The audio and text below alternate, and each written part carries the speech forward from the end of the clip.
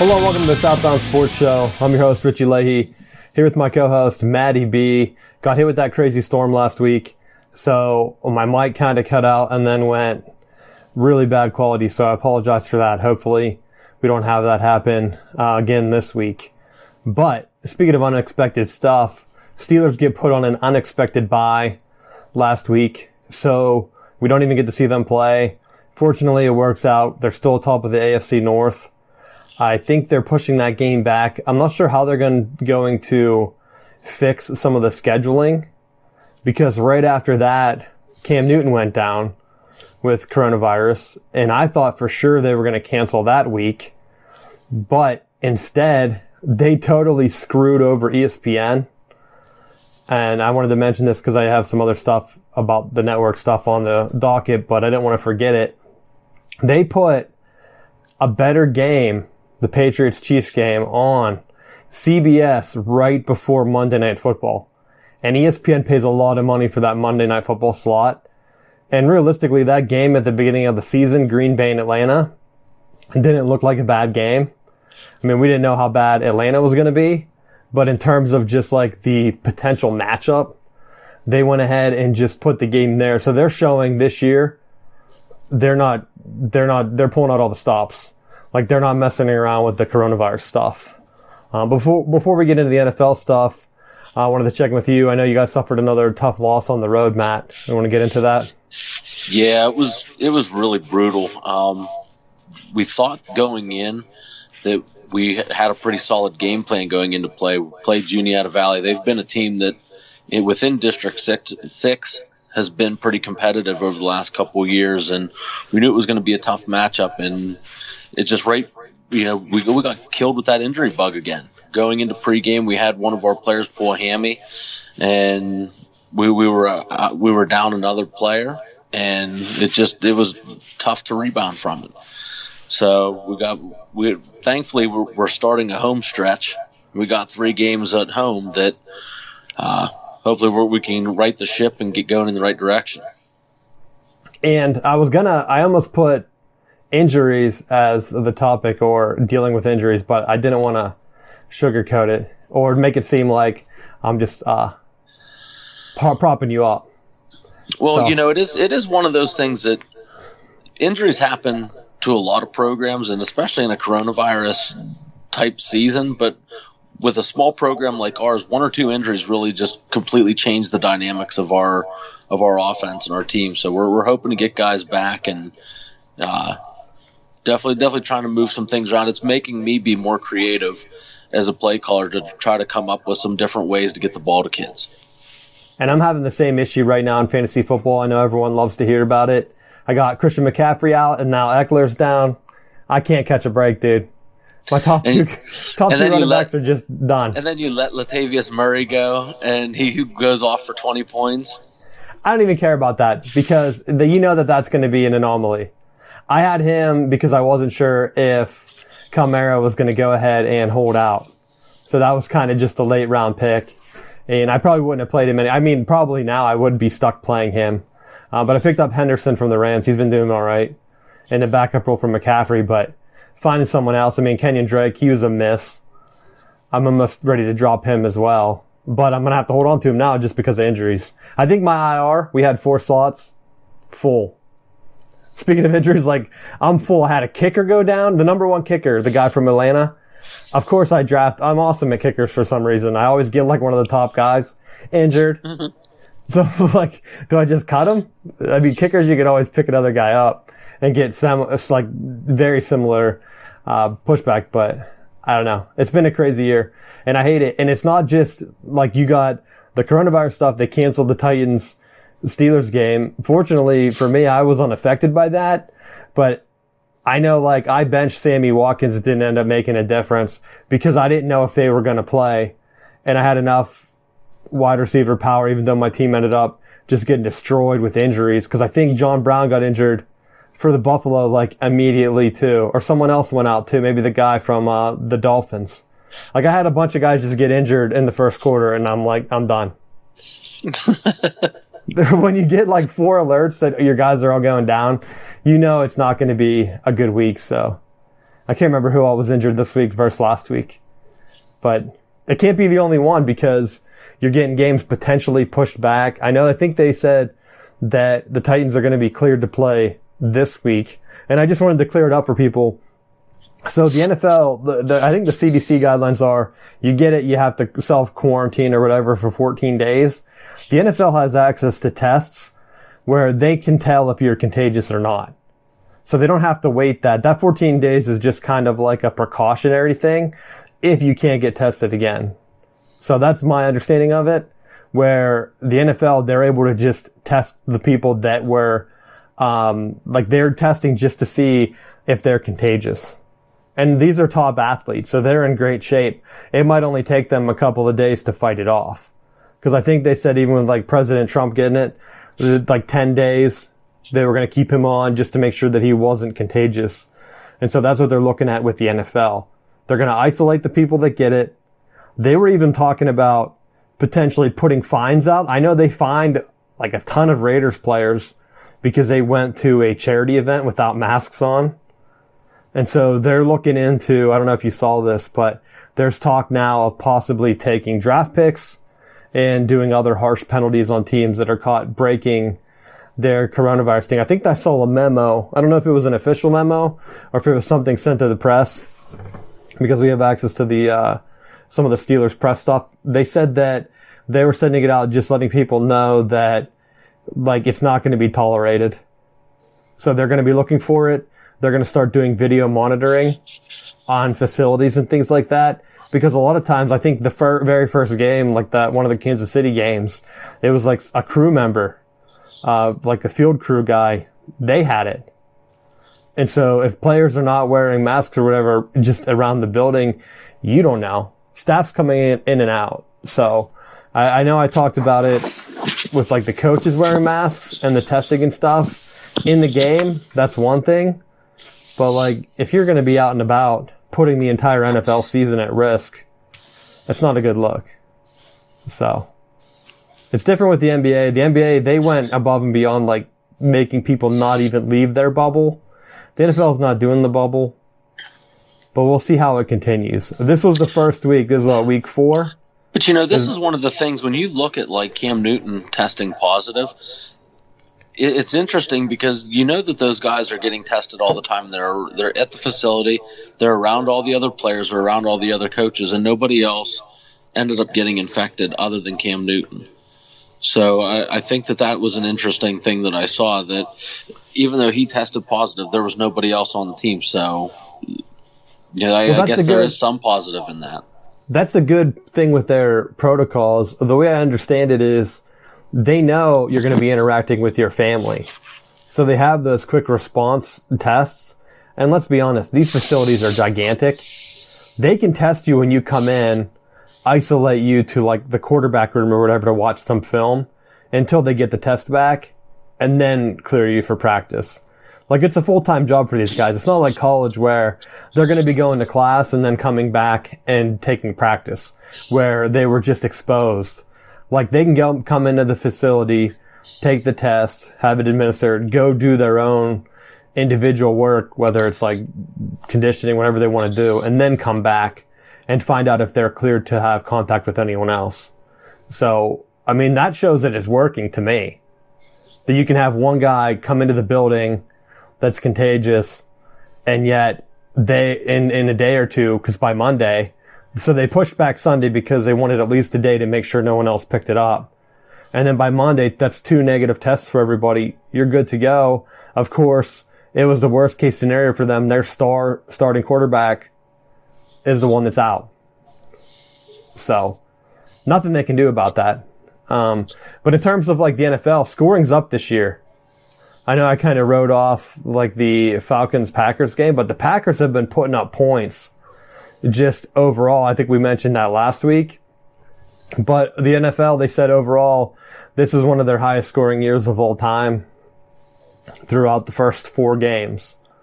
And I'm going to get into some of the TV stuff in a little bit, but the ratings are still going down.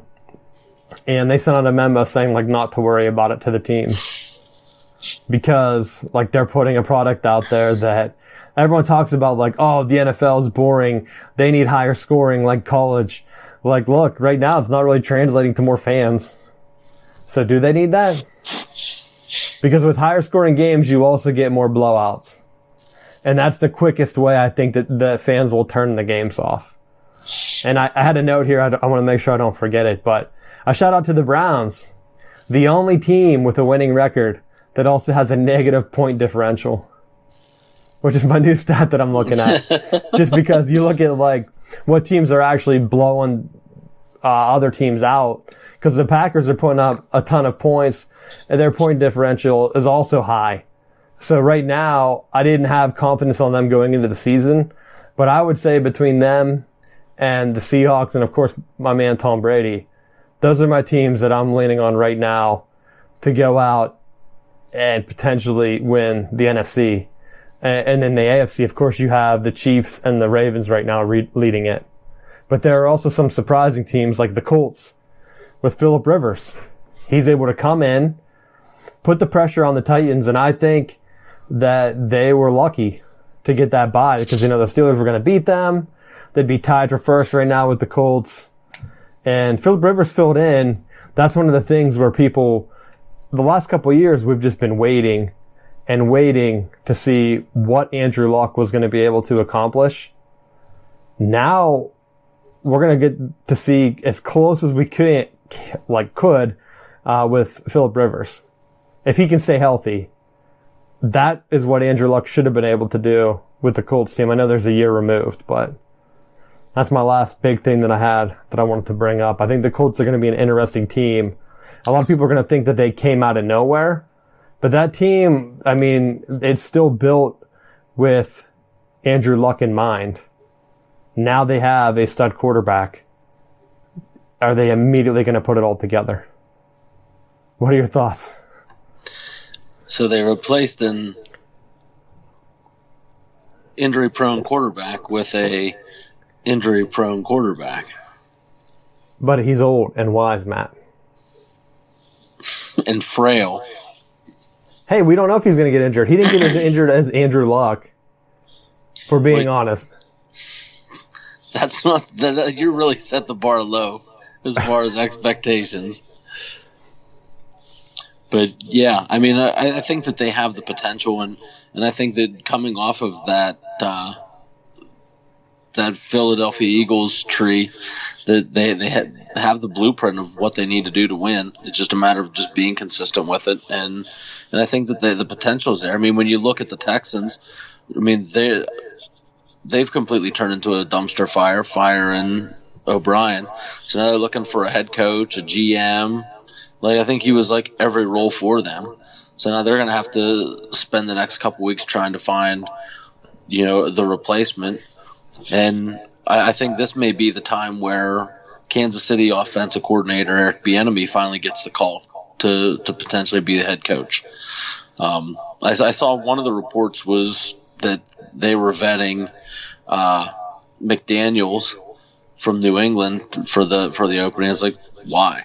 Just because he coached with Bill Belichick doesn't make any of those coaches like the deserving head coach to be. And plus, he's had opportunities to be a head coach, and he hasn't proven that he can get it done consistently. Yeah, none of those coaches have worked out. Bill O'Brien was one of them.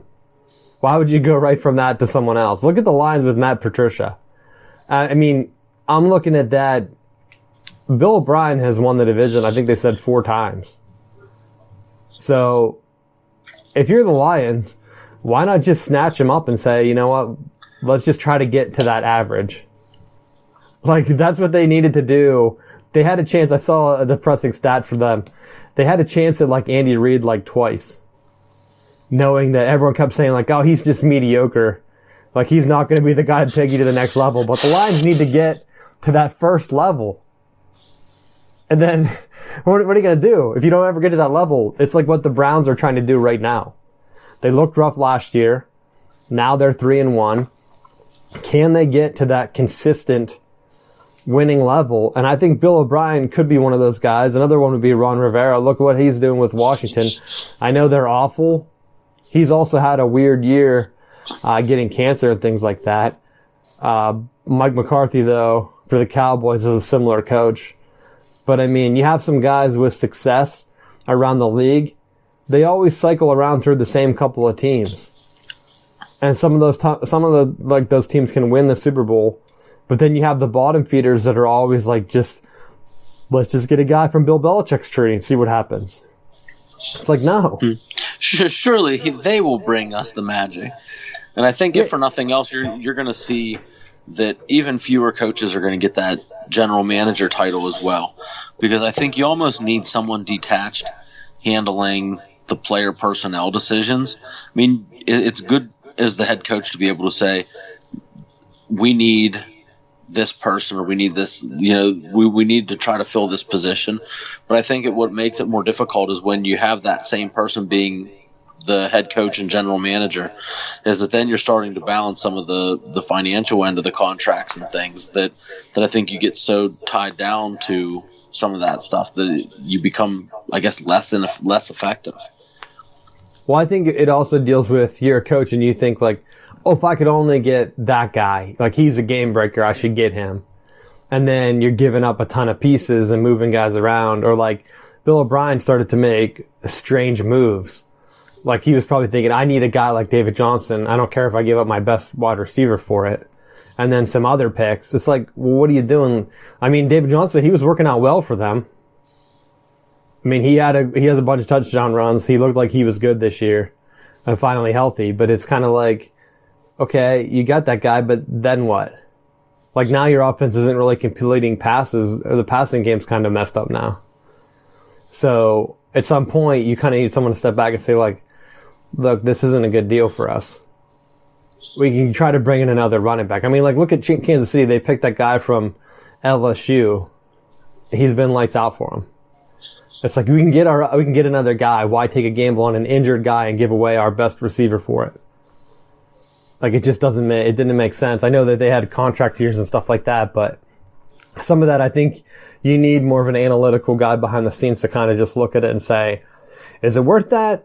Because like look what Bill Belichick and the Patriots always do. They're kind of like, is it worth it? No.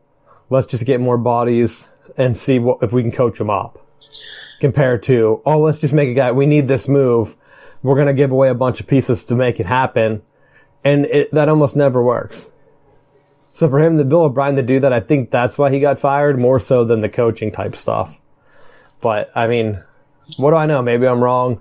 They are 0-4. Are there any other 0-4 teams? The Jets. The Giants, Falcons. Well, Falcons, they hit a rough stretch there, and then they also had, who knows what's going on, a couple blown leads. So that's kind of like the worst of both scenarios. And maybe that's when you make a coaching change. Kind of like a change of scenery. I think J.J. Watt came out and even said that for the Texans, though. Saying, like, something needs to change. And so they went with the coach. And Julio re-injured his hand. He had the injured hamstring, left the game early Sunday, so he's probably out again. Injuries, I told you. This may be the year that I finally part ways with Julio. That's the one. I mean, you can always take gambles and pick people up or whatever, but you never know with injuries. Once a guy starts getting injured, it's over. Like, luckily, like a guy like Russell Wilson and stuff, if you're barely injured, you're able to stick around even if you're not getting those MVP votes like I brought up last week. Compared to a guy like Ben Roethlisberger that's like, okay, when's it going to happen? You're like watching, when's it going to happen? That's my fear. I said this as soon as it was the bye. We got a bunch of texts, people complaining like, oh man, we can't watch Steelers this week. I'm like, no, this is good. Less games is better. Now, if that ends up being like an early bye week, probably bad, but I'm thinking that there are going to be a couple of games cut off the season still. I could be wrong, but that's my feeling. Like, we've already moved a couple of games. It still hasn't cooled down enough outside to really kick up the flu season or whatever yet. And so I think when that comes, probably in November sometime, December, that's when you're really going to just start to see them say, okay, that's it. The Steelers played 13 games. That's good enough. And so That's where I'm hoping that we don't land. But that's my feeling, is that this is just the start of it. And giving themselves no break with the bye weeks, I think really hurts. But we'll see what happens going forward. I think that's going to be the big thing. Steelers play the Eagles this week. I'm still not high on Wentz. The Eagles aren't really put together right now. I know they're tied, but that division is so bad that the Steelers right now, the line is 7. And so Eagles have a lot of guys that are on the injured report. Top 2, 3 receivers on their team. So they don't have a lot of weapons right now, but it's all about just getting through the game.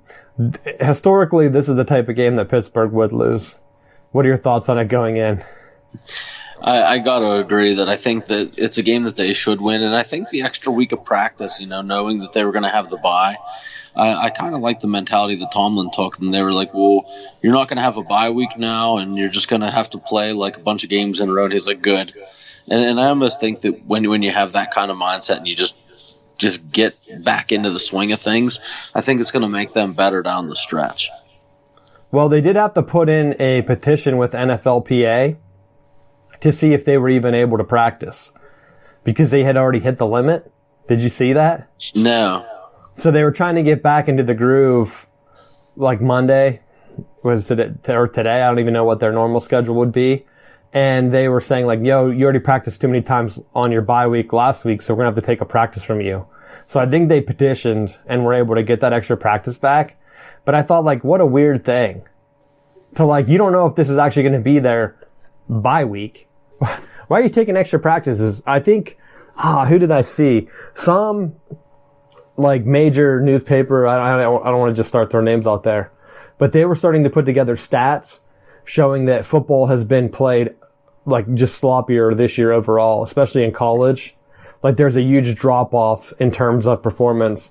And they were looking at, like, completion rating, like turnovers and things like that. Because even completion rating, you would think, oh, well, that's going to be just come with practice and practice. And I mean, in college, it's a little bit more, like, it's going to be an exaggerated stat because they didn't play all those weak teams that they normally schedule. I mean, some schools, they don't play anybody until week 4.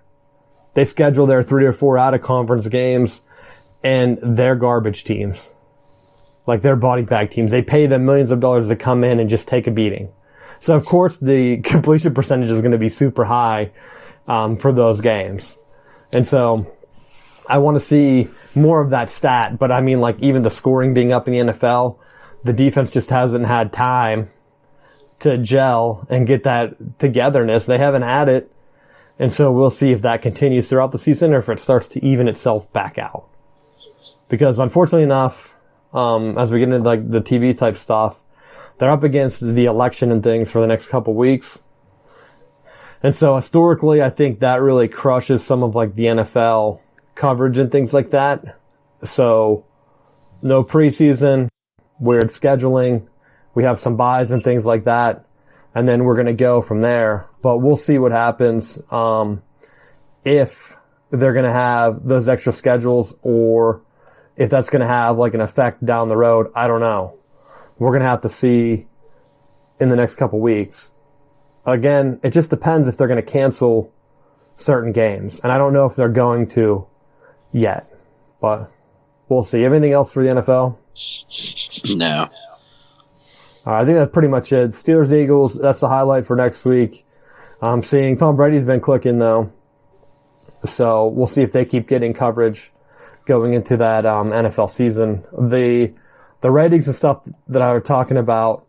So ESPN, they were on the losing end last week, like I mentioned, or last night, because they put the New England Patriots Kansas City Chiefs game on regular television at 7 o'clock, right before the Monday Night Football game. So I would have to imagine that those ratings were just down. Like, there's no way that they could look at that and be excited about it. Because if you're looking at it overall, it's almost like, okay, what are we doing? And why are we paying all this money to help the NFL out? But ESPN did take, and I have this on our list, ESPN took an NFL type product with the NFL Red Zone, and they kind of recreated it for baseball. And I honestly think that it's going to be the future of sports broadcasting, because back in the day, what was that website? Was it ESPN 3? There was a website that ESPN, if you had ESPN, so like I had cable through my apartment back in the day, and so they let you create an account, and you could stream every game.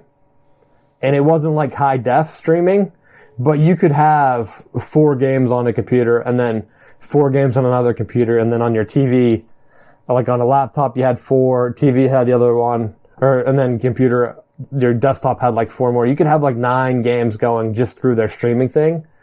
And then streaming took where they had to go high def, and that really killed their bandwidth. So now with baseball starting, the baseball, they expanded their playoffs right now. And then I saw a stat where they said overall, like last year for the wild card games, because it was only like 1 game, they're like the play-in games, they averaged like 4 million people. So now you have 3 games competing against each other. And so they're saying like if you took the entire average for that wild card like matchup of 3 games, you would still get the same amount of viewers.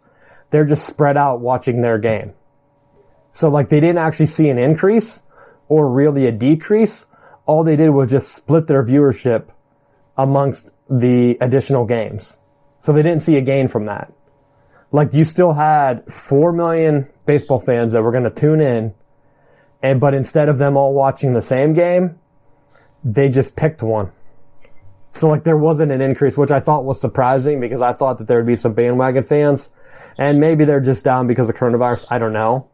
But ESPN, if you had ESPN Plus, what they did was they had one broadcast that you could watch.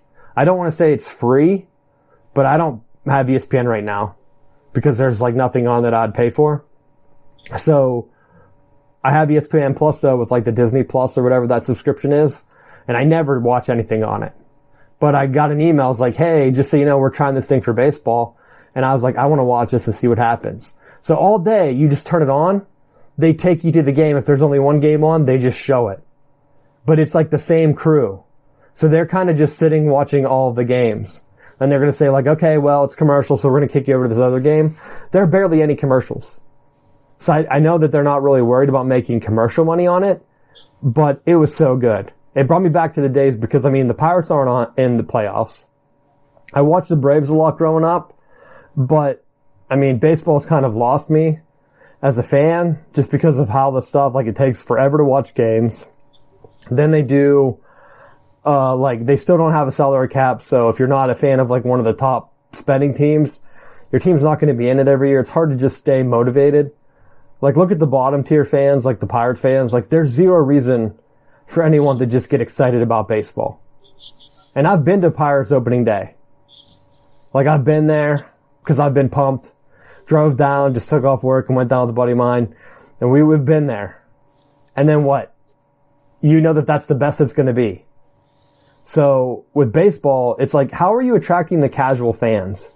So I think for them, they need to take this squeeze play or whatever they need to do, and they should just do, I don't even know what money they could do streaming wise, but MLB TV, that's what MLB TV should be. Like they were showing like highlights of all the games, talking about the players. As a casual guy, I'm like, I don't know all the guys on all the teams. Like I haven't played fantasy baseball for a year or two now. And so when you're playing fantasy, you kind of have to know them. But if you don't play, you just don't know. Like I don't know the first baseman from like the Brewers, or maybe I do. But like a random team. I don't know. So squeeze play, one stream. I could just have it on, Matt, while I'm playing video games or playing with the kids or whatever I want to do, and just have it on. And it's just showing me the best of each game. At some points, they'd have 4 games up, and it reminded me of the old ESPN 3, like I said. Yeah. They're showing me all 4 games. How can someone with like, they always talk about how kids these days with their phones have like ADD. How could you be lost watching that? You'd have to be pumped. Like, I think every bar, instead of just having one game on each thing and you're just sitting there watching slow pitchers walk back to the mound, do whatever, you're showing the best highlights. And I know normally in the playoffs, like in a week or two, they're not going to be able to do it because there's only going to be like 1 or 2 games on a night. Do it for the regular season. Like, there's no reason why MLB TV can't just do that for all of their games. They already pay the guys in the booth. They already have all the streams. All they do is have a guy in the back just switching the cameras. I mean, they're already recording all of the games. There's no reason why they can't do it. And I think that they should just do it full time because they're talking about Major League Baseball. How do we get more fans if it's only going to be this same number of fans each year and it's slowly declining? What do? Do something different. Do something different. People don't want to sit and watch 3-hour baseball games, but every night, how many games are at 7 p.m.? There's like what, 12, 10? Like, you're just showing the best highlights of each game. If a game's 12-0, just don't show it. Just have the score at the bottom. That's my thing. That's my number one thing that I was watching. I thought ESPN, you're doing this, do it for college football. That's what we used to watch all Saturday. Yeah. I mean, I have a Tues TV set up now. I think it's the best because I can have, if Michigan's playing, I can have that on. If the Steelers are playing, I have them on the number 1, and then I pick whatever else I want for the game on number 2. But if ESPN had like a squeeze play for college football, that would always be on the second TV. Like, that would just always be there because then I don't have to sit and switch between games or think like, oh, you know what, I'm going to randomly watch Florida State, Miami this year. Oh, they're getting blown out. Well, what else is there to watch? And then it's like, there's just a bunch of games on like ESPN, whatever, ACC network. Like, they have all these other networks they've paid for, like the Longhorn Network. Nobody watches that. But you already paid for it. Put it in part of a package where you could just watch all the college games, all the baseball games. Like, they have it for hockey. Well, they have hockey. I don't know if they have it, but you could do it and just do a little bit of a delay whenever someone scores a goal. People would not know. Like, unless you're on your phone getting goal alerts that would like automatically be there. If you're on a 10-second delay and you just automatically flip and then show a goal as it's going to happen or as it just happened, that'd be sweet. I know it's hard to predict in hockey whenever something's going to happen, but that's what I want to see. And I think that that's how sports can come back because they're down overall. What are your thoughts on that? Yeah, I definitely think that's it. Based off of what you were describing, that sounds exactly what it needs to be. And I think you're right that a lot of the games, it's restricted based off of the areas. So you end up, if you have a bad matchup and the game isn't competitive, you're just kind of stuck waiting for something else. Why not have more options, more availability? Because there are teams that are, you know, for someone that's more intensive to the sport, maybe you want to see, you know, the Mississippi State game. If you're following Mike Leach, and they're playing a matchup that, you know, is at a different time than the one of the other key games that are playing that day. If you'd rather watch that instead, you should have that option of being able to do that. And I know that was definitely one of the things that we liked, is that you could have 2 or even more games on at the same time, that depending on what matchups you had or if you were going to be doing any betting, it was nice to be able to just to pull those games up and watch what was going on with them. And it would be big for fantasy football. And I know for my idea now, because I think the one thing that's hurting them is people want high def footage. Like, they're buying 4K TVs. They want streaming that's going to look good on it. And so for that, it's going to be very tough on like the internet to have it where you can just pick games and switch back and forth and have them provide like whatever. Like, that's what paying for like MLB TV, the full package would be. And I know they still have blackouts. I think if they got rid of it, that would be good. But like, let's say that's $120 a year, whatever. Let's say if they just went a little bit lower and they said, hey, for 30 or $40 a year, you can just get our streaming package that just includes our red zone package or whatever they want to call it. I don't even know what you'd call it. But I Grand think Slam. like if you're like using baseball as an example, if you're paying like for the high end product, why can't you watch every single game of whatever team that you're following? Like, why would you have blackout games? And that's the one thing too that I think they could fix, because I think they could raise the price. I think if they went to mine, I'm thinking like a 2-tier scenario, kind of like what Netflix does, where you have like, they did their standard definition for like only a couple bucks. Like Major League Baseball says, hey, you pay $10 a month. You get one game. We pick our featured game. You can watch that, or you can just watch our Grand Slam package, which is just us. I mean, it would cost them $0 because, like I said, the good thing is you don't need men in the booth. You don't need them on the field because you're just showing clips of the other games. Like they're just in the studio talking about what they're watching on TV. That's how ESPN did it anyway. It's not like they were at the stadium. The guy said it's hard to keep track of all these monitors. Like the first day I watched it, he said it's hard to keep track of all these games because I have them all up on different monitors or whatever. He said he had one on his phone, one on his tablet, one on his computer, something like that. So like they're just watching them like we would be watching them. And so like that's what they're doing. Major League Baseball could do that. Just have it like a studio show, almost like SportsCenter, where they're just sitting at a desk talking about the games or giving you breakdowns on players and injuries and things like that. Maybe even have like fantasy pickups, because that's big. And they're just showing you the game's end. So like you can be lazy on your couch. You don't have to worry about going back, checking the score, switching another game. You're just kind of watching the highlights. And so that's what I like for baseball, because like they're looking, and I'm using them because everyone says watching baseball is boring. Well, yeah, because people are watching just one game, and some of those games are extremely boring. Like, wasn't there a one of the wild card games or whatever where it was like scoreless, and then there was like a really weak home run to win it? Can't remember. It's like, why would I sit and watch that pitcher's duel and then just see like one home run to win it when they could have just showed me that home run as I watch like some other game that's actually hitting the ball and scoring? So that's my package. I think college football would be the next evolution of that. And maybe ESPN hits it first, because like I said, they already pay for all these other games. Why not let me watch whatever game it was? I think I tried to watch, was it Mississippi State? And that's what made me bring this up. They were playing someone on like another weird ESPN SEC only channel. And I thought, man, I got to put that on the notes for the show, because why wouldn't I just be able to just have this channel on and ESPN showing me the endings of each game or whatever they want to do? They have enough of them. Make it easy on me.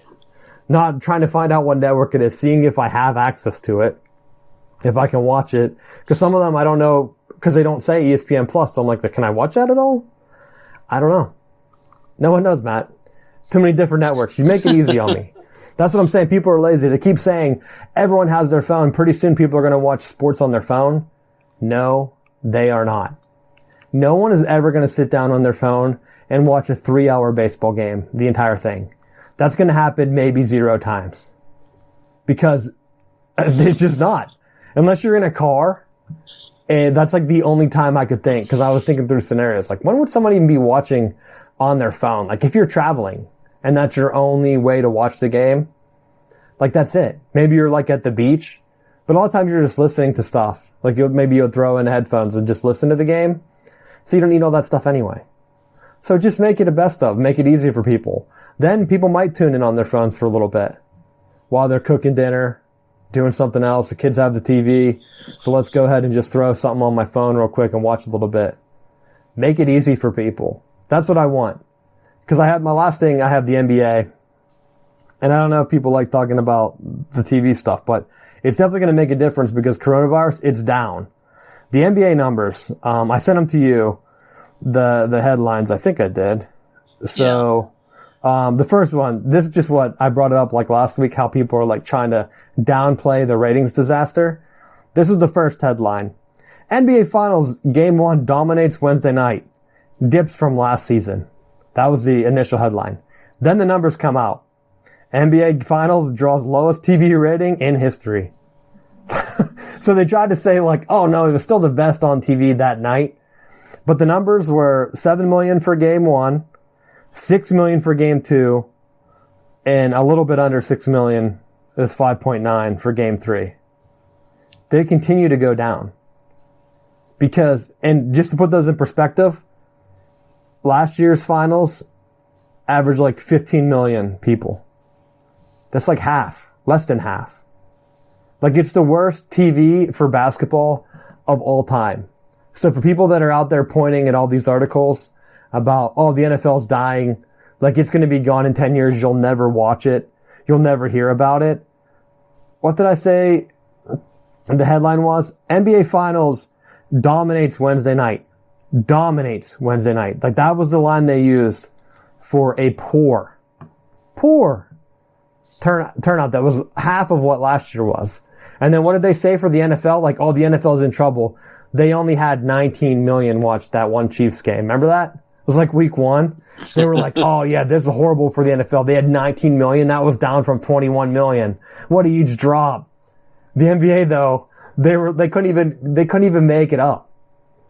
That's what I'm saying. It's like, it's a joke at this point. So everyone that keeps hearing like NBA is going to just replace NFL, stop. You weren't even close to the NFL.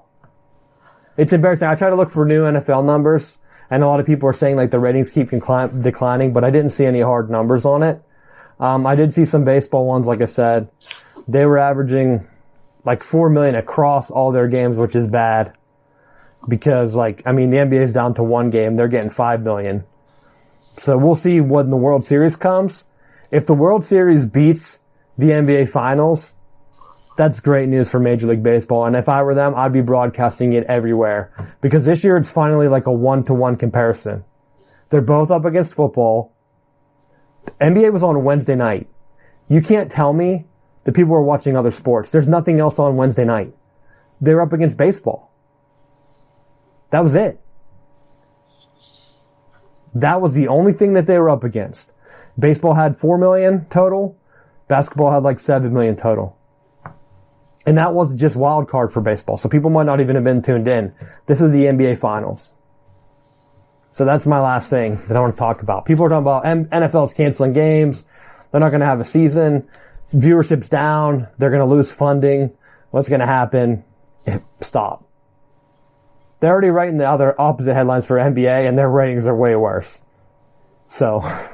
Well, I'll say this in defense of the NBA. If the Heat win tonight, there's a chance that they may get more viewers over the next couple games, because I think that it'll be one of those ones where people want to watch LeBron lose. And if it looks like he's going to lose, they'll get more viewers. But I don't think it's even that. So I pulled up, I did get some numbers. It looks like Yahoo just pulling out. 5.4 million watched the Broncos and Jets play Thursday. That was on the NFL Network. The NBA is on ABC. Who even has the NFL Network? And it's the Broncos and Jets. They were both awful. So whatever I said the NBA got in game 3, like the 5 million, Thursday Night Football is right behind it. So CBS had 9.9 and then 18.6 million viewers. 18.6 for a regular season game between Buffalo and Las Vegas, Matt. That's 3 times the ratings the NBA Finals putting up. But you might be right. They stuck with LeBron. They put him in LA. I just think LA was the worst. They had enough fans with the Lakers that were going to tune in. They didn't need LeBron. Right now, there's no bad guy. People that already hate the Lakers already hate him. They didn't need LeBron to go there. They needed LeBron to kind of go somewhere else. I think that was an awful move.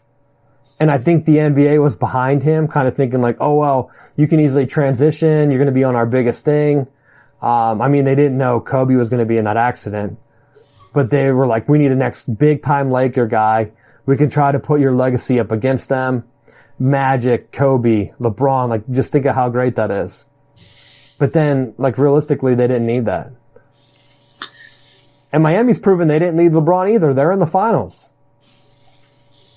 That hurts my heart, though, because the Sixers should have just trusted the process and signed Jimmy Butler to that max contract. That could have been them. Hey, they got Doc Rivers. They did what I've been begging other NFL teams like the Browns and Lions to do. They bring in a guy that's been around, that's won in the NBA, is a veteran coach, because he had a short outing with the Clippers. Like, they're up against the West with, like, LeBron. I think that's a good fit. I mean, he might not turn it around, but he needs to get them to that next level of, just making the playoffs. I mean, they've been making it, but you know what I mean? Like, advancing. I don't know how many series wins they've had recently. Well, they just need to beat Boston. They get past Boston, they'll be fine. Boston didn't look good either, coaching. I'll throw that out there. Everyone talks about Brad Stevens. The thing that would annoy me the most is if he washes out at Boston, doesn't get any championships, goes to Indiana or Duke and wins a national championship. I'll just be like, no. Why? The reverse Harbaugh. He needs to go and fail against his rivals in college. Only because if he ends at Indiana, I know Michigan's going to play him. I need them to lose to us. Lose, baby. I think that those are pretty much my big things. Steelers can have fans on Sunday against the Eagles. 5,500. Don't know how they got that number. Did they space it out 6? Wait, what's the total fans? It'll be funny if they listen to the show, but I don't think it is, because it would have been 10,000. Because doesn't the stadium hold 60-something thousand? The random stuff that boggles my mind. What, you don't know the stadium attendance for the Steelers? No, I don't. Oh, look it up. I want to say it's 65 or something, but I could be wrong. 68.4. So let's go ahead and do some math here. 68.4 divided by 5. So it's like 12 times. So they're just dividing it by 12 or whatever. I don't know how they got that number, because like I said, they could go ahead and spread them out. They have like the down, like the lower side. It's like the 25%. Like that was one of the bigger things that the governor was looking at. Depending on how big of a stadium you have, that you could do up to like 25%. And that would be 17,000. That's why the 5,000 just throws me. Because like I said, you could divide that, just take your attendance, divide by 6 seats or whatever it is. So just divide it by 6. I would think safely that's what you could do. That was my looking into it, which would have been like 11,000. Like, I still think they could just do 10,000. Because like 25%, that's only cutting you have 3 seats between you. I don't think that's 6 feet. I mean, some of those seats are kind of small. Well, no, but that's all. You're also factoring that in per row. That you're going to also have to give like certain rows, like behind you and in front of you, space too. Yeah, but you also think if you enter with someone, they can sit beside you. That's what everyone else has been doing.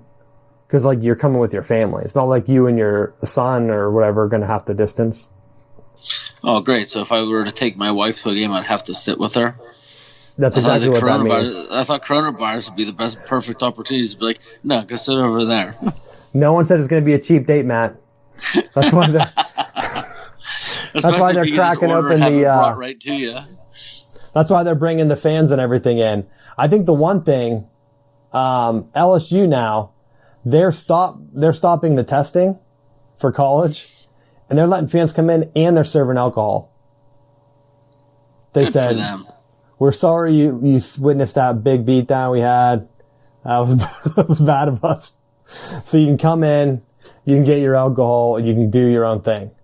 So on one side, that's what's happening down south. In Pittsburgh, they went with the conservative number.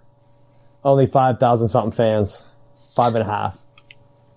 So, which I do think that had they have been allowed to have the fans in the stands, I think that could have changed the ending of the Pitt game on Saturday. And that's going to be my thing. Using ESPN Plus, I got a text that was like, "Hey, didn't get to watch the Pitt NC State game," and I'm like, "Didn't get to watch it," and I'm like, "Maybe I'm watching it on ESPN Plus." It was like on some weird ACC network, and I don't even know. I think ACC network's part of ESPN Plus. Maybe I'm wrong. I'll probably get people saying like, "No, you probably had some other type of ESPN." Maybe someone's logged in. I don't know. But I will say this. That was a great game with a great ending. Why? Why couldn't ESPN have showed that on other networks? Like, the NFL always has, like, after the game, the last couple minutes extra, they always show you the ending of another game on their Sunday broadcasts before the afternoon game starts or whatever. Like, they let the other channel just show the ending of a bunch of games. To me, that's kind of like the best part. ESPN already has all that stuff for college football. Instead of taking me to a studio show where I have to sit and look at, I don't even know who's even on it anymore, like Jesse Palmer. It's like, who are these people? Why am I watching them? And why are they in the studio? I don't care. Show me more games. I know you're broadcasting games on ESPN 9 in Spanish only, like New Mexico State versus someone. It's like, come on, show me it. So Pitt, NC State, great ending. Not so much for Pitt. Pitt 100% blew the game. I give credit to NC State and their quarterback finally putting it together. I don't know. I always hate whenever you have like the quarterback battles, but to have quarterback controversy that it seemed like NC State didn't really have. The only reason they weren't playing their number one quarterback is because he had missed practice for coronavirus stuff. But then he was cleared to play Matt, and they hadn't been playing him. So it's almost like the weirdest. It was almost like a Jim Harbaugh thing. Like that's something I would expect from Harbaugh. He'd be like, yeah, he's really showing it in practice. Yeah, but he's just not ready for the game time yet. That's what he kept saying about McCaffrey. And then we watched McCaffrey. He was the only one that could move the ball against Notre Dame that one year. After Shea Patterson went down. It's like, why isn't this kid playing? And he's like, well, he's great at practice. He's going to be great someday. And now he's probably not even going to play at Michigan. That's the rumors, that he's like looking to get out. So it's like, instead we had to watch a bunch of other quarterbacks, but this guy wasn't physically ready or whatever. I know he ended up getting hurt because they did put him in and he broke his collarbone or whatever, but at some point, if he's your best quarterback, put him in. If he's physically ready and he says he's ready to play, let him see. If he gets hurt, then go to the other guy. But NC State finally did that, drove down the field, and scored. A Pitt, the defense, I don't know what they were doing. It's why I kind of hate like the prevent type defenses. Look at what happened with the game last night. New England was in field goal range. Did they sit back and do like a prevent before the half? Nah. Kansas City went through, I think it was Frank Clark, sacked them, and they didn't have any timeouts. Like, they weren't even expecting it. He just rushed through. Hoyer had no time to throw the ball away. It ended up getting him benched in the second half. But why couldn't Pitt do anything? Like, why not just pressure him? Do an all-out blitz. Like, do something. Why keep the quarterback in his rhythm? Because it wasn't like Pitt, I mean, I don't know. They let him score and then they had no time on the clock left to do anything. It wasn't like NC State was stopping Pitt. It was kind of back and forth there at the end. So, all the stuff I talked about Pitt having a chance to run at the ACC championship, now their margin of error is 0. Did you watch that game? No, I did not. Had the TV issues? You couldn't watch it either? Honestly, I don't know that we had the game available, but also I was watching a very competitive 3 and 4-year-old soccer match, and it was pretty intense. Nice. Kids barrel rolling through the soccer field and not kicking the ball was interesting. I'm sure other parents out there can relate.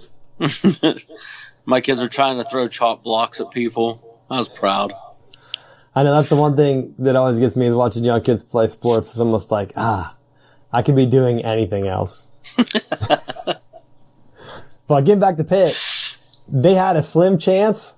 They beat Louisville, which shouldn't have been ranked. That counts as a ranked win, though. But then they have to go on the road to Boston College now, and then to Miami. And then, of course, they have to play Notre Dame or Clemson. Like, it's over. I would be shocked if Pitt came in second or whatever for the ACC. Although it would be hilarious and a twist of fate that somehow they end up they win out, play Notre Dame, like Notre Dame beats Clemson or something, that they end up getting that other spot, and then Pitt plays Notre Dame, beats them, and they're the ACC champs. It's like, here we are, ready for our seat at the table.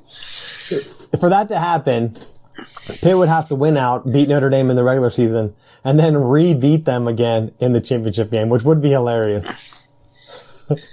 Chip Kelly's head would literally explode. It would just, that would be it. No, the weird thing that's going to happen is like North Carolina is going to back in.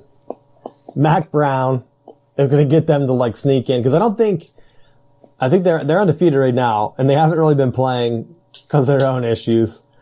But like some of these other teams, like Duke's 0-4. For all the people talking about like Cutcliffe, he's a great coach. Okay, maybe quarterbacks. What has he done to Duke? Everyone's like, oh yeah, he got Duke to like 8 wins. Nice. Like that doesn't make you a great coach. He's had other job offers. He's turned them down because he knows if I go somewhere else, they're going to actually have expectations for me. 0-4 is not going to cut it. I'll end up getting fired.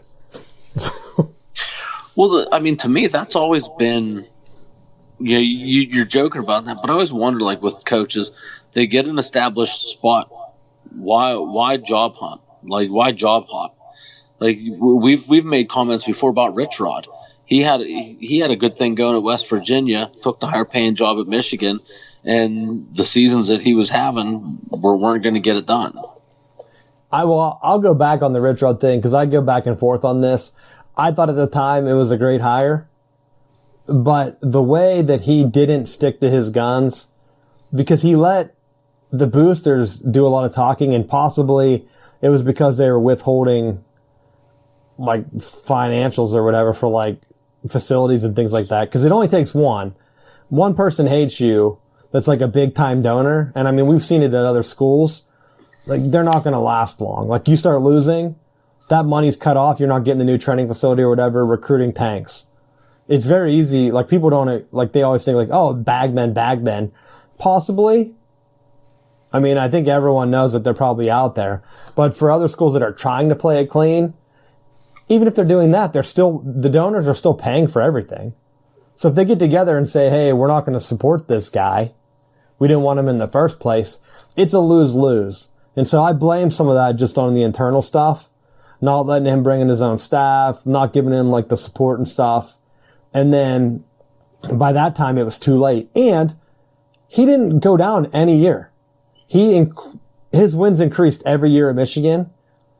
And I think if they would have stuck to their guns and had him for 1 or 2 more years, I think like the Brady Hoke year still would have happened. Cause like Brady Hoke on their end, he brought everything down. Everything got worse after he got there. He took Rich Rod's best team with Denard, barely beat Virginia Tech in the Orange Bowl. Like I think Rich Rod just blows them out. Like I think that year they still beat Ohio State. Like I think everything else still happens. Maybe they don't lose. And maybe they're in a better situation the following year. Because once you start winning like that, like if they would have gave Rich Rod 1 more year and he gets that Orange Bowl win, then the donors start to come around. And then you're getting like, okay, now we can buy in. Because he did some great things. Like he started the barbecue, I believe. Like in the summer. Like he started a big recruiting barbecue that's been a big thing that Brady Hoke and Jim Harbaugh still use. Like he brought some of the stuff to Michigan where before they were more of like an old school, okay, we're going to do it our way. We're a classic team, whatever. Like I think Rich Rod really broke the mold. And I'm still a little miffed that he didn't get support from the entire Michigan community. Cause I think he could have done something with that. If he would have had 1 more year and like I always think like, okay, a coach isn't getting it done. And I know there were some blowouts. I think the bowl game really sealed his fate against Mississippi State. But if he gets that 1 more year, gets his recruiting guys in there, after that, Brady Hoke went the opposite and kind of set Michigan back. Like, okay, we're not going to go for speed. Rich Rod at least had the speed ahead of the Big Ten. Like, I think he would have been in a better position to fight Urban Meyer. Because once Ohio State went speed and Brady Hoke said, no, we're not going to focus on speed, that set the rivalry back. Because he was competing with Ohio State the first couple of years. After that, it was like, there's a clear difference here.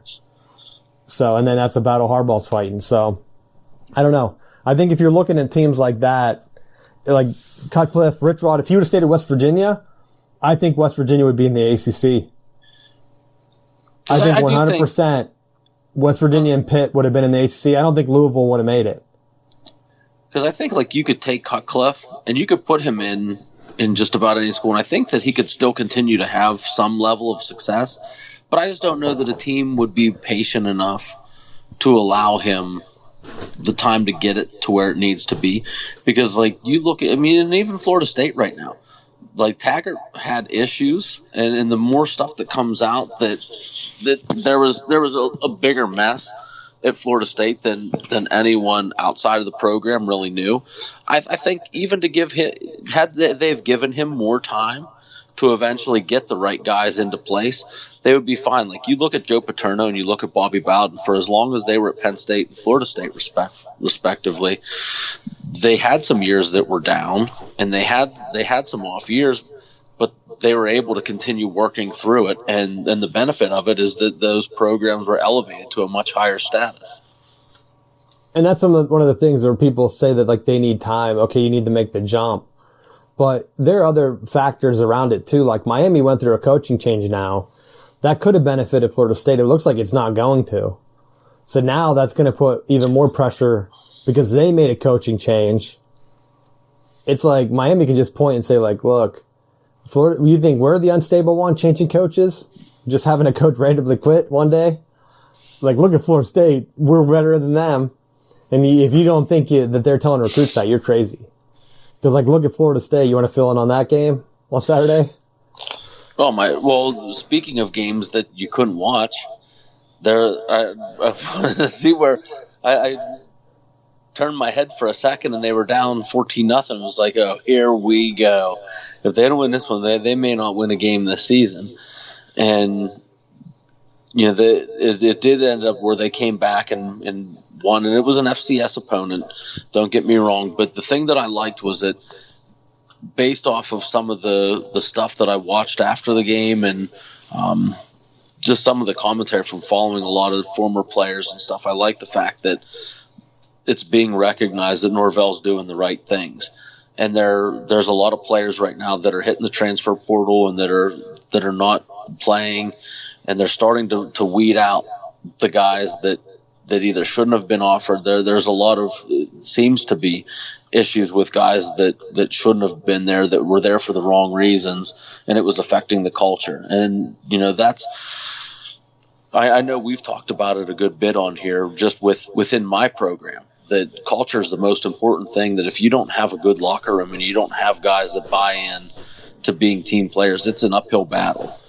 And I see a lot of parallels at times between with where I am with my team, trying to get them to consistently do the selfless things, and watching what's going on at Florida State. It honestly freaks me out at times, because you want to see them playing hard and not quitting and doing those kinds of things that you've come to expect, and to not have them playing at that level is just heartbreaking. And that's something that's just going to take time for some of these programs. Because that reminded me, I had a couple of things, like I got some messages about Mike Leach. Like, oh, Mike Leach, he did a Mike Leach thing. They end up losing to Arkansas. But to me, I was like, I don't really think that that's on him. They had 4 turnovers. You have a brand new team. Like, it's not like he's year whatever, like year 4, year 5. This is a brand new team with a quarterback he had for 1 week, and they were still in position to win the game. I think coaching mistakes, I think 100% he should have took the points. He went for it on 4th down, like on their own 10-yard line, 2 drives to go. I knew with the way their defense was playing, kick the field goals, you get the ball back, they had a chance to win. Now, granted, their punt returner fumbled. So they still had a chance to tie the game and send it to overtime.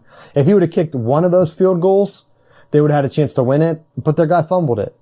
Like, I don't see how that's an issue on Mike Leach. Arkansas was beating Georgia the week before. Maybe Arkansas is all right. We don't know. And it's not like he's out of it. There's only one undefeated team left in the West now. Alabama. The same team they were going to have to go through if they wanted to win the division. So now if he drops 3 in a row, then I'll say, okay, yeah, that was a fluke LSU game. Maybe LSU is just awful. But I'm still not knocking the hype, because I think this is where it's a weird year because, like, there were no play-in games, like I said. Practices were weird. Schedules, it's hard to get that game-type feel when you have a new team that you get some turnovers. I think they had 4 turnovers. It's not really his fault at that point. Sometimes you just have bad games. So we'll see if they bounce back. I know a lot of people were saying, like, ha ha ha, that's why you don't hire Mike Leach. I saw, like, some Florida State people saying that as, like, bro, you guys are 0-2. Or whatever they were at the time. Yeah. Like, you would rather take that than what Mike Leach is building? Like, he didn't turn the ball over 4 times. Like, you guys couldn't even move the ball in Miami. At least you would have been moving the ball. Well, and when you look at fit, I love what Mike Leach does, but I just don't know that with what is currently on Florida State's roster, if that matches with what Mike Leach it does with his system. I think that they would have really taken some lumps had they gone after him and paid him. And that's where you can look at the Rich Rod thing. You have to be able to give him time. Because like I said, Rich Rod, every year at Michigan, I know they had the first year was the transition year. They won not 3 games, like one of the worst seasons in team history. After that, he was like doubling his wins or whatever. I know that's not much. And then the 4th year, which would have been his, was the Brady Hoke year where they won the Orange Bowl. Like that was what they were building into, and then it was immediately just stripped down and said, let's rebuild again. That wasn't good enough. So you have to kind of give your guys some plans. And for me, knock at Tennessee, they're in the mix for the East. We'll see. Like they went through their own coaching mistakes before they went on a thing. I know that they're ranked. At this point, you can't count the rankings, but those are the 2 SEC teams I'll be trying to keep an eye on. Just because I thought Tennessee should have hired Mike Leach last time. And so it would have been funny if Mississippi State would have been in the SEC championship game before Tennessee even came close. But we'll see. I think I had another thing, 2 more things here. Big 12, I had it on here. I haven't even brought it up. Oklahoma loses again, and Texas loses. Right now, the only chance of them making the playoffs is Mike Gundy at Oklahoma State. I would say that chance is almost 0. I don't want to knock Mike Gundy. This isn't one of his best teams. I mean, he's put together great teams. I think 2011, was that the year where they lost to Iowa State and they got bumped? If they would have had a playoff that year, they would have been in. I would have loved to see it. But I think that's where I keep seeing the debate like, oh, the playoffs ruined college football. It's the same couple teams making it. And yeah, it has because they haven't expanded it. They should have immediately went to 8 and included the lower conferences. Because right now, it's very easy to just point because it's going to keep getting unbalanced. You're going to have the same couple teams making it every year. They're going to just get the best recruits, and then guess what? Unless there's a coaching change, nothing's going to change. Look at like Coach K with Duke. They have a chance to win it every year because of just recruiting. And he can say, yeah, I have a couple Olympic medals and a couple national championships. And I've been having my program for a while. We have a bunch of guys in the NBA you can watch anytime. Like, you can't beat that on the recruiting trail. You just can't. Like, Nick Saban could just say, look, we're Alabama. If you don't think you can cut it here, then just don't come here because we're playing for championships. And look at our playoff record. And everyone's going to be signing up. Same with Dabo. That's why you talk about coaches jumping. Everyone keeps saying, like, when Saban retires, Dabo's going to jump to Alabama. That would be the craziest. You would almost have to be a complete narcissist to make that jump. Because if he leaves, you have no competition. Like, who are you competing national championships for? You're in a great spot at Clemson. You already know you can win there. You already have all the boosters and everything set up in your favor. You play in a much weaker conference. Everything's right there for you. Why would you ever go to Alabama? I know he played there, but you'd almost have to be crazy to be like, you know what? This isn't enough for me. Unless he's like Steve Spurrier, like old, and he had tried out the NFL, and it didn't work out, and then he's like, Alabama, I'll take that job now. That's the only way I could see it happening. And if he jumped to the NFL, it didn't work out, and then, of course, I mean, maybe Clemson would just hire him back anyway. Like, hey, guys, I wanted to try it out. Didn't work out. To me, that's the only way. I think, other than that, it's crazy. But I wonder, you're talking about recruiting, I wonder if Oklahoma's finally started to feel the losses from Bob Stoops. Because Oklahoma recruiting's been there, but how many years has Lincoln Riley actually been in Oklahoma? Because eventually you're going to lose those connections. He's what, 3 years is his 4th year. So like these are mainly his guys now. And I want to keep an eye on Ohio State for the same thing because they have coaches that are following legends. They're kind of handpicked. Historically, they don't work out. I mean, Oklahoma's been 12-2 every year Lincoln Riley's been there. They already have 2 losses this year. Like, they're just going to continue to fall. Every year they've ended up worse. 3rd in the AP poll, 4th, then 7th. Now this year they fell out completely. So you have a system that's there, coaches that have been there for a long time, won national championships, and I'm saying both Urban Meyer and Bob Stoops. You have new coaches come in and look like they didn't miss a beat. But now you're starting to see some of the chinks in Oklahoma. I wonder if the same thing will happen with Ohio State. That's where people are like, oh, if Harbaugh doesn't get it done, we should push him out. It's like, maybe you should just wait a little bit and see, like, same with Texas and Tom Herman. Maybe you should just wait and see, because if Lincoln Riley starts to fall apart, guess what? Recruits aren't going to go to him anymore. Because it's not like he can say, hey, I won a national championship. It's like, hey, I lost a Rose Bowl. Or, hey, yeah, I lost that playoff game, remember? That's his accomplishment, Matt, other than winning the Big 12. So I see similar scenarios there. I want to know, how many years would it take to really fall off after you've taken over a dynasty? That's my last thought. Anything you have on that? No, I don't. I don't know what to follow up with that. I mean, it does make sense, but I also think the more over time, I think that you can get the right pieces together, and all it takes is to hit. You know, you look at what he was able to do with pulling in. He had that run of quarterbacks transferring in, that you get the right quarterback at the right time. I mean, LSU transferred in Burrow with Oklahoma getting Jalen Hurts. So, I mean, there's opportunities to bring in quarterbacks or other pieces that all it takes is that one guy and you can go on a historic run. And that's like, I mean, even just going back to like the Jim Harbaugh where I said people are ready to push him out. Dabo Swinney had the same exact run at the beginning of his career. Couldn't beat Steve Spurrier. He ended up leaving. And then they slowly started to take over the rivalry.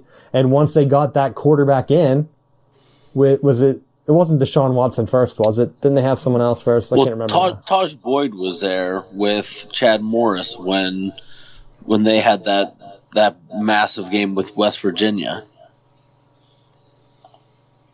And so that's going to be one of the things. Like, that was like the turning point where people said he should be fired. That was like a huge beatdown in a bowl game. But they stuck with him. And the other coach I was going to bring up, Jimbo Fisher, didn't he replace Bobby Bowden?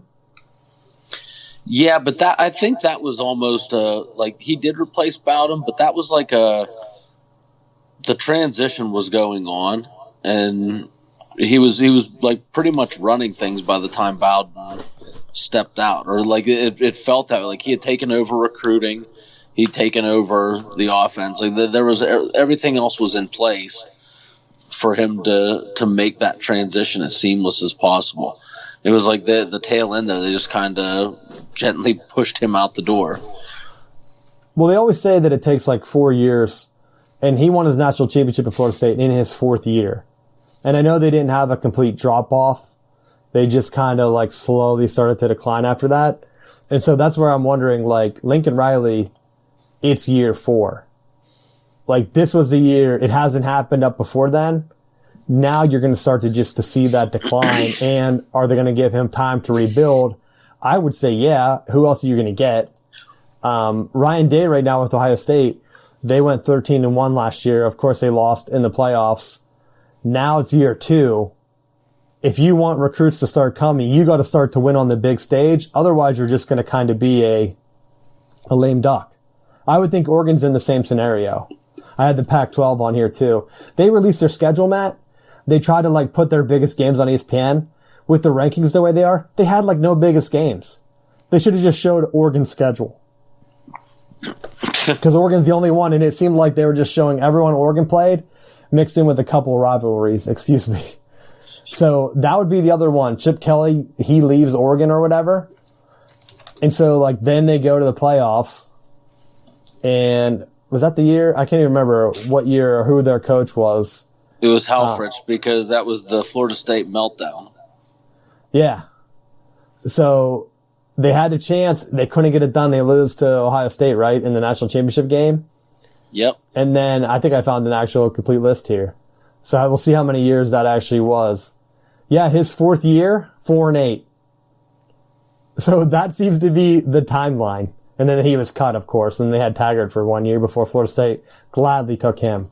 But even Chip Kelly, he went up to his fourth year. His fourth year was their best year. And if that was a playoff year, they would have probably been in it. They finished second overall with only one loss. So, I mean, that really wasn't his. That was just the changing of the tides in college football. And then Helfrich, they won the Alamo his first year, won the Rose Bowl his second year, lost in the national championship game. And then after that, just started to tumble down. So it took 2 or 3 years to see what happened. So with Ryan Day in Ohio State, this is his second year. If they follow the Oregon trend. But that Helfrich, that also hurt because he lost Crouch. Or Scott Frost. When Scott Frost was the coordinator there, he went to UCF. And then from UCF left for Nebraska. So I mean I think that hurt too, that they had that consistency when Kelly left, that Helfrich went up, Frost stayed with them and maintained the offense, and they were able to do a lot of their a lot of that tempo stuff they were all on the same page with. And then when Frost left, I think a big chunk of that offense left with them. Oh yeah, 100%. But it's hard to keep the new coach. That's what I'm saying. Like Lincoln Riley, when Bob Stoops gets back into coaching, even if it's at the XFL level, he's going to be the one that some of those assistant coaches, if he calls, you're going to listen to him. I mean, you're going to get the younger guys, but some of the veteran guys that know the program. That's why I keep saying for Ohio State, like if Urban Meyer decides to come back and coach, do you really think he's not going to take the same boosters that he had at Utah, that he had at Florida, that he brought to Ohio State? Because they weren't recruiting that well with Tressel there. Tressel was more of just a great coach. I mean, he was recruiting in his own right. But Urban Meyer took it to an entirely new level, to where they're like as talented as Alabama in terms of recruiting. So if he comes back, I would assume Ryan Day would have that fall off. And so if you're an Ohio State fan, you almost have to be begging for an undefeated season and to show something in the playoffs, because otherwise you're looking at a possible year 3 or year 4 and following that Oklahoma formula where Lincoln Riley's here. If he starts losing recruits, I mean, Texas, what do? Do you move Tom Herman? That's what I wouldn't do. Why would you change coaches when the other one's in a downswing? You might be able to steal some recruits. You get a better recruiting class or two than them. And then you're taking over the rivalry like Dabo Swinney did. So that's my final thought on college football. I know we went super long today. Anything else for the final bell?